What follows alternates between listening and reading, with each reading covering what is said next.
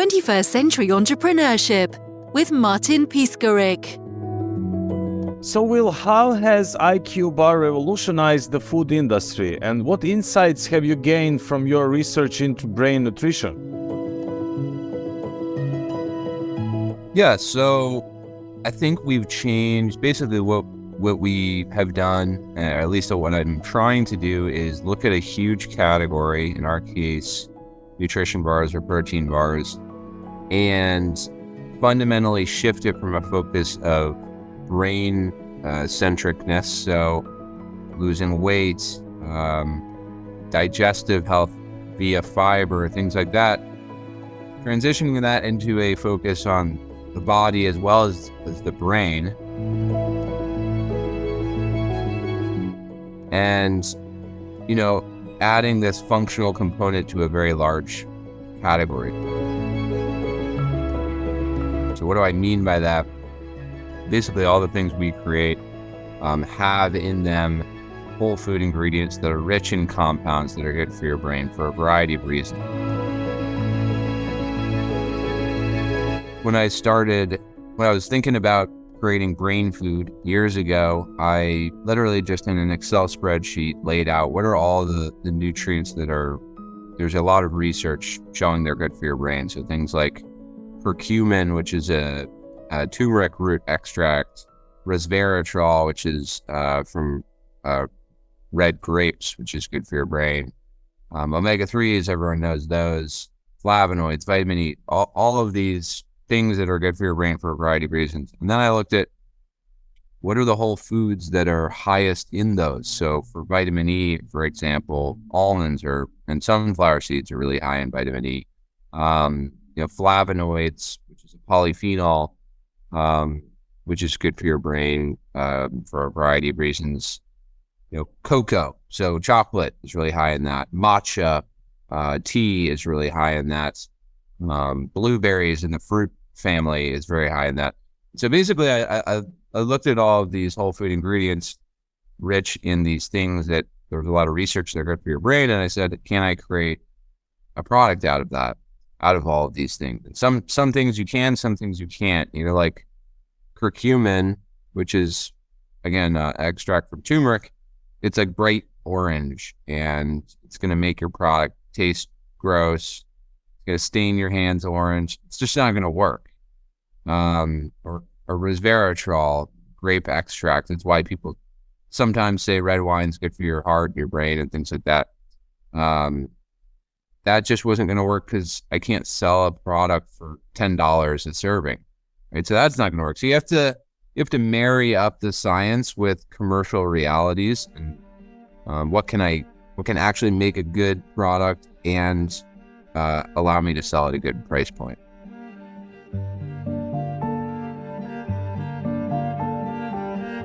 And from the business development perspective, was that something that you started developing in parallel with your full-time job, or was it a startup?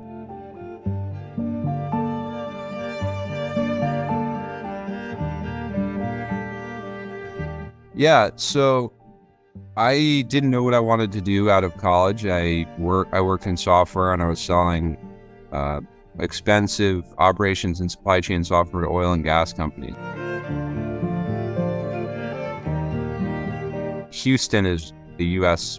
headquarters for oil and gas, basically. So I was flying back and forth to Houston every week, and I just didn't like it. I was not passionate about oil and gas. I wasn't all that passionate about software, even B2B SaaS software. And so I just got really interested. At that same time, I got really interested in nutrition for personal reasons. It felt terrible on a daily basis. I had a bad diet.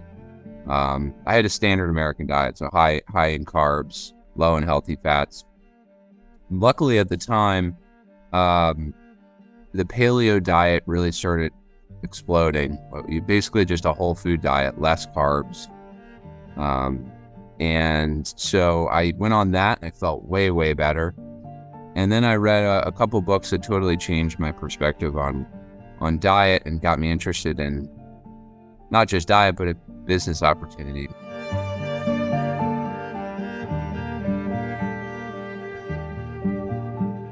really the big one was Grain Brain by Dr. David Perlmutter, which basically looked at the intersection of nutrition and cognition and said, okay, people don't really think all that much about what do the things I eat do for my brain?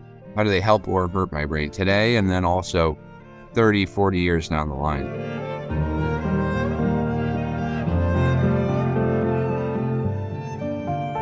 So let's say you get Alzheimer's when you're 70.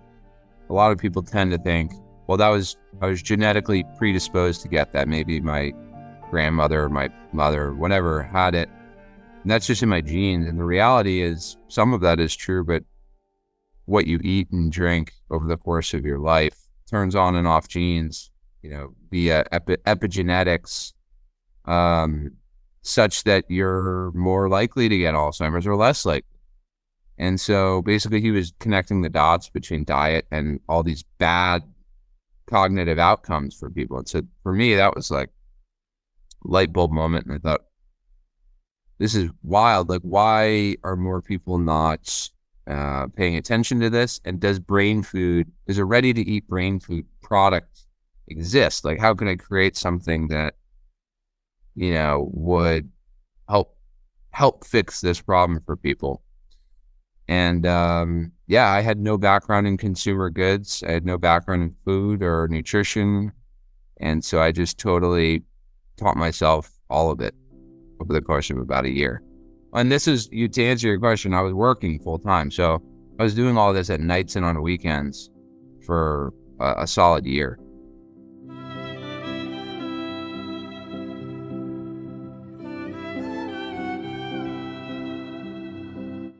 What was your motivation? I mean, you were active for 15, 17, 20 hours a day. Yeah. I don't know. I always wanted to do my own thing. I hated having a boss. I wanted to be my own boss. I don't operate well under authority. And I've always wanted to create something from nothing.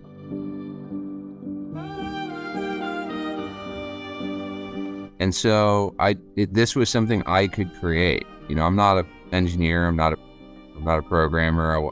I've never been a fan of being a non-technical founder and then relying on someone else's expertise to make something. I want to devise of something and make something myself.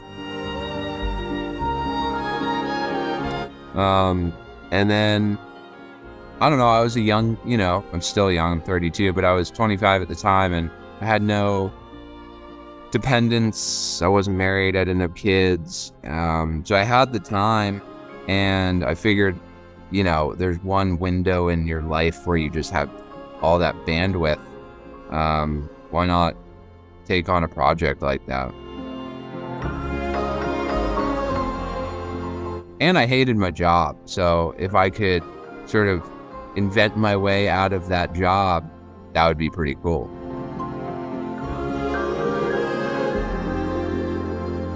And having Kickstarter campaign, you are still your own boss. How do you feel? Well, yeah, that was how we started, was a Kickstarter. I did that. I quit my job and did the Kickstarter, and that was really a sort of a risky moment. That was when I was diving up headfirst into entrepreneurship. But basically, if that didn't work, I don't know what would have happened. It sort of had to work, but we didn't. The reason we did a Kickstarter was we didn't have any money. And so we had to solve what I call the chicken or egg problem. Basically, you're going to need to raise money to run a consumer goods company. But to get a good valuation when you raise that money on your company, you need sales. So how do you solve that problem? Because you need money to create product and then sell the product. But you also, you're going to sell a lot of your company by raising that money without having any of those sales. So Kickstarter is a way to solve that problem. You get pre-sales. So basically you say, hey, I have this cool product. Do you want to pre-buy it? And then you can rack up a bunch of pre-sales. Then you can get that money and then use that money to manufacture the product. So it solves the problem. And it worked well. We sold between Kickstarter and Indiegogo, $90,000 worth of product in our first 2 months. Then that allowed us to fulfill our first couple thousand orders. And really what that helped us do is prove the concept, because then we could turn around and go raise, I think we raised $630,000 after that. And that allowed us to make a couple of hires, run some big production runs, some big manufacturing runs, get a website up and running, hire an Amazon agency to help us set up our Amazon presence. There's a whole series of things that helped us do. And regarding you as an entrepreneur, back then, what was of help? Some kind of IT structure, project management methods that you already had because you were in IT industry, and or some books? I mean, that was sort of helpful. Honestly, it's quite easy to set up. The barrier to entry is low. The barrier to success is high to set up a e-commerce business. So Shopify is an incredible company, incredible product. I mean, it is quite easy to set up a website and start selling something. What's much, much more difficult is to succeed at selling something. So the setup wasn't all that hard, to be honest with you. And then Amazon is even easier, but even harder to succeed at. So that was never a huge issue for me. The biggest issue is the division of labor between sales and marketing and operations and supply chain. So I was doing all of it. And the first person I hired took over operations and supply chain, which was huge, ordering ingredients, going to the manufacturer, making sure it's being produced properly, et cetera, et cetera. So, that doubled my output. And then, we hired someone who handled social media, creating all the design assets we needed. We just slowly built up from there.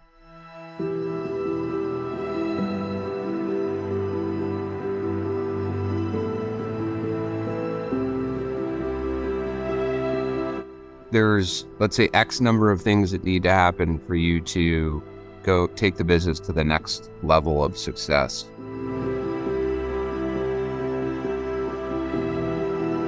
You need to set up a supply chain, you need a manufacturer, you need to have a selling channel, whether that's your website or Amazon. You need to create social media content, engage with people on social media. There's a whole list of stuff.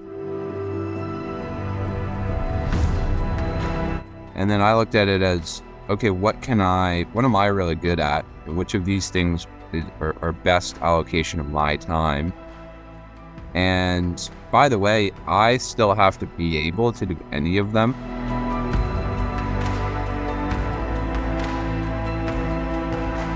Let's say I have to fire someone, or someone quits or whatever. I always have to be able to step in. So I have to be semi-proficient at everything. But let's say I am hiring people, what are the best things to hand off? And then also, what are the most urgent things? Like, what is bursting at the seams? And so, like I said, the first thing was supply chain and operations.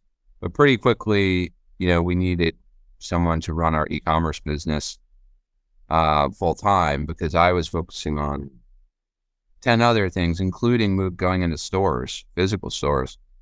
And so I actually hired my wife. So she runs our whole e-commerce business. But yeah, it's just learning what's the bottleneck in terms of getting you to the next level. And then just hiring for that, or utilizing third parties. I mean, as we've scaled, we've been able to keep our internal headcount quite low because we've strategically pulled in third parties. So we have a third party who helps with email and text message marketing. We have a third party who helps with paid advertising. We have a third party who helps with Amazon management. We have a third party who helps with, website development. So by aggregating all these third parties, you can keep your core teams quite small.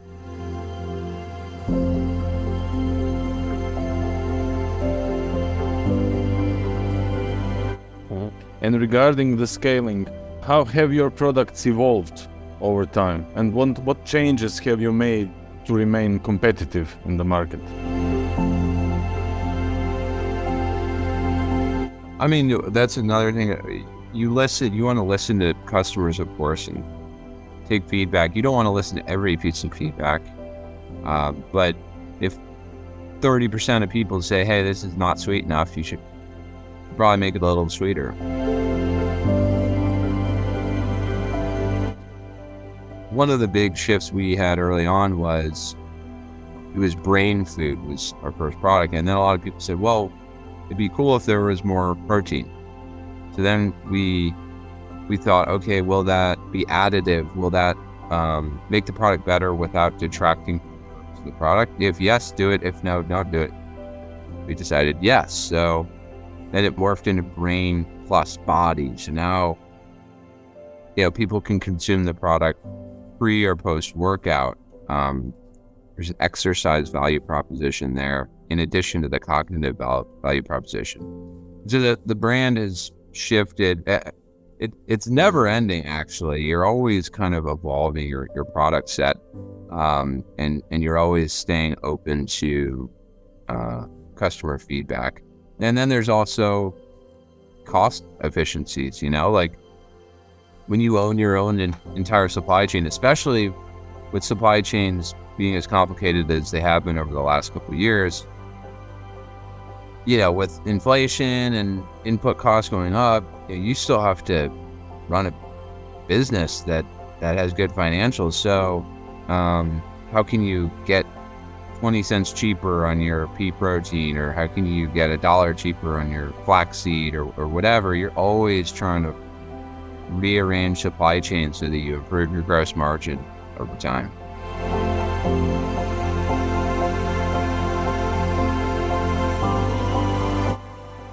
And what about the future? How do you think the future of brain nutrition will unfold in the next decade? I think it'll only get more popular. I think people care more and more about what they put in their, how what they put in their body impacts their brain. I think it's already quite big in the supplements world. People take pills all the time. There are many popular brain-related supplements and pills. Food is less popular. Again, that's the whole reason we exist. But how popular will that get? I think it'll get more and more popular. I think it's so dependent on form factor. Candidly, I think one of the biggest, we actually moved into the hydration space. We have a product called IQ Mix. Then we're also moving into coffee, and that product will be IQ Joe. So I think drinks, there's a huge opportunity for brain health. I mean, take coffee, right? I think 65% of Americans drink coffee every day. And they associate that with brain function, because you're consuming caffeine. Caffeine is a stimulant. Stimulants make your brain work better, etc.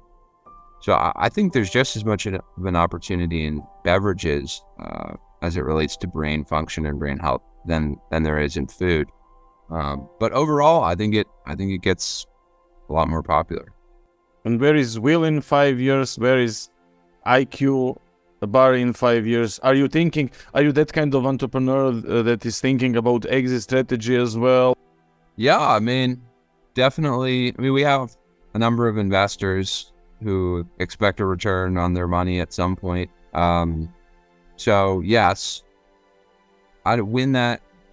When we would exit, who knows? And any exit would be great. But for now, I mean, our goal is, I think optionality is the biggest thing we want to optimize for. You never want to have to sell, but you always want to be able to sell if you can. So it's like you want to keep growing, but don't have such a high burn rate where now all of a sudden you have to sell and you're going to get a non-optimal outcome. basically what I'm saying is build a self-sustaining asset that can keep growing steadily. And eventually someone will knock on your door and want to buy you. When that happens, who knows? I mean, it's been kind of a crazy M&A market, acquisitions market in 2022, and also in 2023. So I can't predict what the macroeconomic environment will be, but as long as we focus on keeping our own house in order, I think in whenever it is, 2 years, 3 years, someone will knock on our door.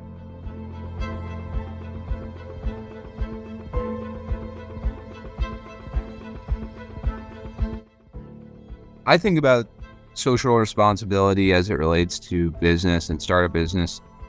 I think perhaps a little bit differently than a lot of people do. So I think, a lot of startups, part of their DNA is we give X amount of profit to this charity, or we have this partnership with this nonprofit, and all of that's great. I think actually the biggest thing business can do and a startup can do is have your product fundamentally improve society in some way.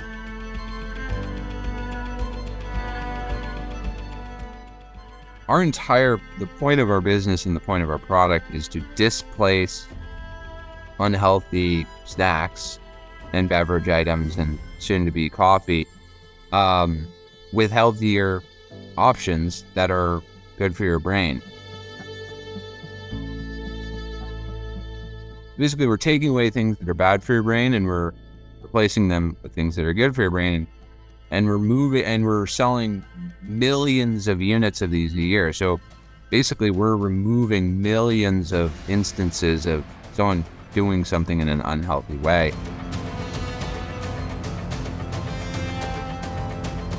For me, create your entire company around helping to solve that social issue is the most powerful thing that you can do. Because oftentimes, as a startup, you're fighting to survive yourself. How much, most startups lose money every year. So it's kind of hard to say, I'm going to give XYZ amount of profit to whatever nonprofit. Oftentimes that's just advertising and it's not really creating much impact. What creates huge impact is the actual product or offering you bring to market, fundamentally helping people on a daily basis.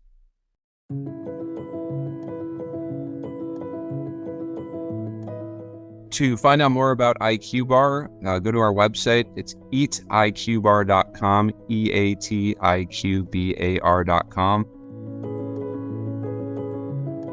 We're on Amazon.